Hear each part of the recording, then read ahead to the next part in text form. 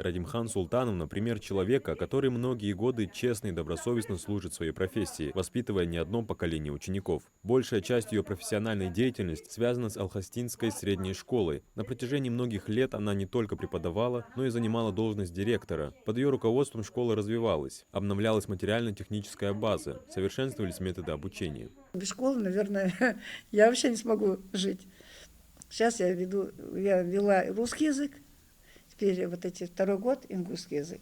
В 2013 году в Алхасты было открыто новое здание школы. Радимхан Султановна принимала активное участие в этом проекте, от подготовки помещений до организации учебного процесса. Сегодня это современное образовательное учреждение, где обучаются сотни детей. Своей целью я ставила в первую очередь это воспитание детей. Если человек невоспитанный, он и учиться не будет. И дальше из него человек не выйдет. В первую очередь воспитание, а потом уже и образование. За годы работы Радимхан Фаргиева проявила себя как ответственный руководитель и внимательный наставник. Ее подход к делу отличается системностью и требовательностью, но при этом в коллективе ее ценят за уважительное отношение и готовность поддержать.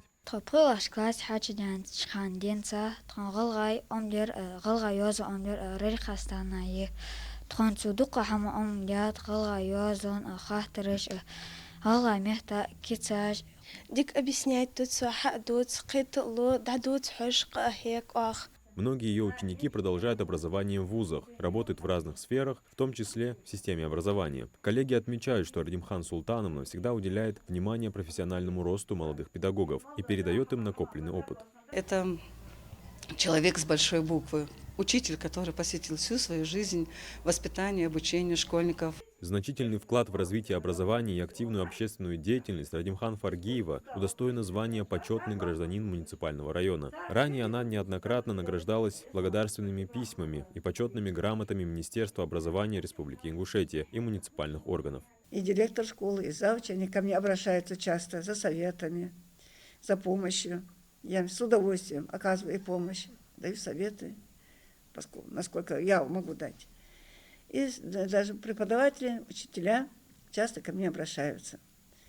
И я рада, что они обращаются ко мне, что они от меня чего-то хорошего ждут. Сегодня Радимхан Фаргиева продолжает педагогическую деятельность. Для нее важно, чтобы школа оставалась центром воспитания и развития подрастающего поколения. Ее труд – это вклад в сохранение традиций и развитие системы образования в сельской местности. Адам Гуражев, Султан Могушков, Магаз 24.